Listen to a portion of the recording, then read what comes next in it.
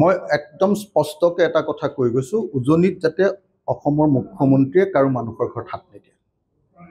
উজনিত আছে আমাৰ মিচিং মানুহ, উজনিত আছে সোণোৱাল কছাৰী মানুহ, উজনিত আছে দেউৰী মানুহ, ট্ৰাইবেল মানুহ, উজনিত আছে আহোম চুতীয়া, মৰাণ মটক।